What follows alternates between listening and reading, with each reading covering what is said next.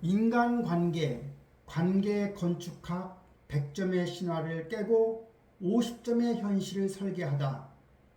번아웃과 갈등을 넘어 단단한 내면과 건강한 경계를 세우는 관계적 식물학입니다. 인간관계는 가벼운 처세술이 아니며 철학과 신념의 문제이지요. 모든 고민의 뿌리는 인간관계라고 합니다. 직장인들 중에서 그 스트레스의 86%는 일이 아니고 사람이라고 하지요. 아들러가 진단하기로는 삶의 모든 고민은 인간관계에서 온다고 했고요. 군중숙의 고독이라고 하지요. 관계 맺기를 포기하게 되면 치매 발병 확률이 91% 증가한다고 합니다. 핵심적인 모순은 피할 수도 없고 모두를 만족시킬 수도 없는 딜레마인 겁니다. 뿌리와 증상 모델입니다. 나무가 썩으면 뿌리를 점검해 보아야 한다고 하지요. 즉 증상보다 원인에 집중하라는 겁니다. 타인을 이해하는 유일한 방법은 먼저 자신을 이해하는 것입니다.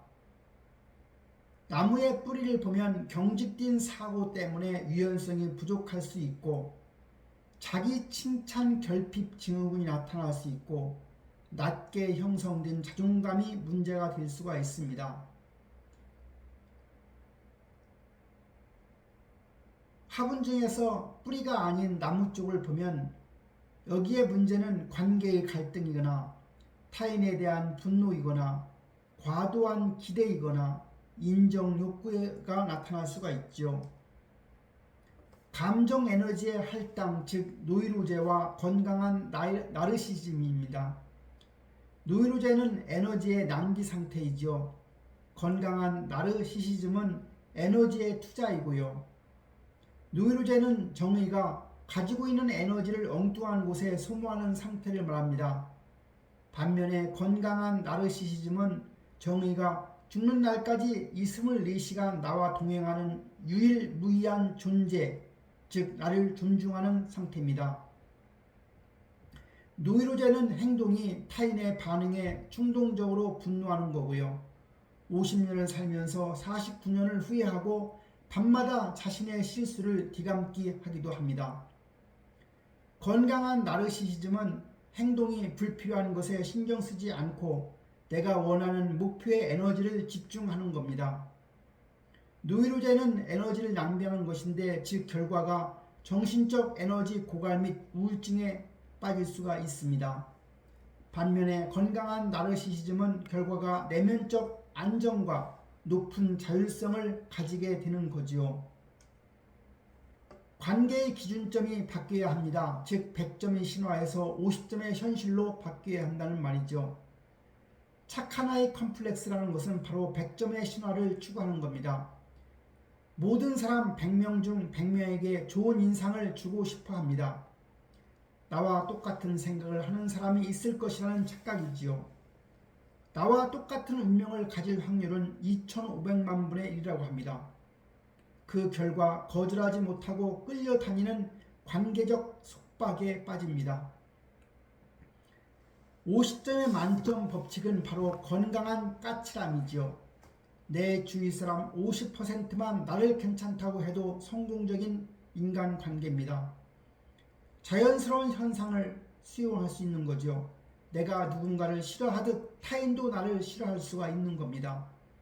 그 결과 불필요한 눈치를 보지 않는 쿨하고 독립적인 태도를 견지할 수가 있는 겁니다. 관계적 자유의 공식입니다. 자유는 공짜가 아닌 겁니다. Freedom is not free라고 했죠. 갈등과 고민을 모두 받아들일 수 있는 내면의 안정이 구축되어야만 타인 앞에서도 긴장하지 않고 편안한 얼굴 자유를 가질 수 있는 겁니다. 자유로운 인간관계, 그것은 바로 내면의 안정이지요. 선택할 수 있는 기회, 리버티입니다. 프리덤은 결정할 수 있는 내적인 힘인 거고요.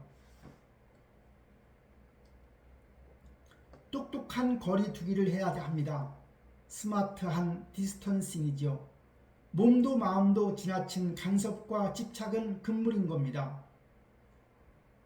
우리가 유지해야 할 것과 차단해야 할 것이 있습니다. 유지해야 할 것은 배려와 적절한 관심과 조언과 우정, 편안함입니다. 하지만 차단해야 할 것은 간섭이고 지나친 집착이고 잔소리이고 닥달입니다. 상대가 원할 때 원하는 만큼만 제공해야 합니다. 플러스 알파는 제외하고요. 중심에 나를 두고 1단계 가족이고 2단계가 동료 친구이고 3단계가 타인인 겁니다. 관계의 생애축입니다. 사계절의 법칙이 있다고 하지요. 봄은 알아가는 시기이지요. 즉 탐색과 존중이 중요합니다. 여름은 친밀해지는 시기로 공감과 연대감이 있는 기간이지요. 가을은 관계를 정리하는 시기로 현명한 거절과 가지치기가 필요한 시기입니다. 겨울은 혼자만의 시간입니다. 내면적 자아에 대한 성찰과 휴식이 필요한 기간이고요. 이에 대한 통찰을 보면 모든 관계가 여름에 머물 수만은 없는 겁니다. 상대와 내가 현재 어느 계절에 있는지 파악해서 자연스러운 변화를 수용해야 하는 거지요. 관계의 H2O 법칙이 있습니다. 인간은 이성의 언어보다 감정의 언어에 움직인다고 합니다. 상대를 통제하려 하지 말고 내가 먼저 온도를 바꿔야 합니다. 얼음이라고 하는 것을 보십시오. 추우면 얼어붙습니다. 즉 내가 잔인하게 대하면 상대도 잔인해진다는 말입니다. 물을 보십시오. 물은 더우면 녹습니다. 내가 먼저 착하고 따뜻하게 대해야만 상대도 부드러워지는 겁니다. 감정 여과 장치는 바로 SCE 법칙입니다. S는 스탑, 멈춤을 말하지요. 즉각적인 반응을 정지해야 함을 말합니다. 음식을 소화하는데 시간이 필요하듯이 감정도 소화할 시간, 다운타임이 필요한 겁니다. 호흡에 집중해서 쓸데없는 생각을 차단해야 하지요. 두 번째는 컨트롤입니다. 조절하라는 거지요. 이 상황이 나에게 어떤 의미인지, 어떻게 해결할지 이성적으로 평가해야 합니다. 노이로제와 건강함을 기르는 기준점이 되는 겁니다. 세 번째 단계는 표현 익스프레션입니다. 모욕하거나 무시하지 않고 내가 원하는 것만 간결, 명료, 부드럽게 단호하게 표현할 수 있어야 합니다. 분노의 마지노선입니다. 분노의 마지노선은 하루 24시간 이내에 해야 합니다. 인간 관계에서 즉각적으로 반응해서 좋은 것은 칭찬 이외에는 아무것도 없다고 했습니다. 적절한 분노는 나를 보호하지만 즉각적인 분노는 나와 상대를 모두 태워버리지요.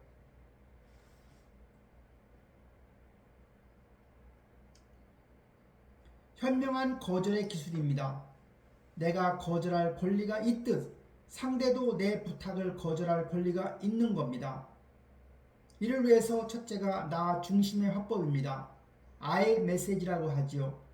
네가 그래서가 아니라 내가 상황이 이래서로 시작을 해야 하는 겁니다. 두 번째는 간결성입니다. 중언부언하거나 불필요한 변명을 하거나 덧붙이지 않아야 합니다. 세 번째는 태도입니다. 부드러운 어투와 표정을 유지하되 결정은 단호하게 전달해야 합니다. 네 번째는 지킬 수 없는 약속은 금지해야 합니다. 즉시 답하지 말고 일정을 보고 생각해보고 알려줄게로 유예 공간을 확보하는 것이 중요하다는 이야기죠. 시간 관리와 뇌의 진화입니다. 하루 30분 존재의 시간을 확보해야 합니다. 나무를 더 잘 자르기 위해서 매일 톱을 가는 시간이 필요한 겁니다. 소파 위에 감자 세포라는 말이 있습니다. 새로운 정보를 전달하지 않고 변화를 거부하게 되면 근육처럼 네 세포도 도태하게 되어 있습니다. 신경 가소성이라는 말이 있지요. 인간의 몸은 1년마다 98%의 세포가 교체되며 뇌는 죽는 날까지 성장하고 발달한다고 합니다.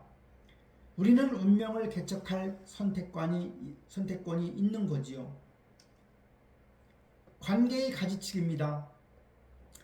날씨, 타인의 감정이나 세상의 변화는 통제할 수가 없습니다. 하지만 내 나무의 가지치기는 내가 결정할 수 있는 거지요.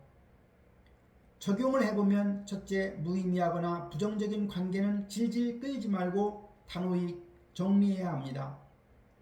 둘째는 뒷담화 시끄러운 논란에는 무반응으로 일관해야 합니다.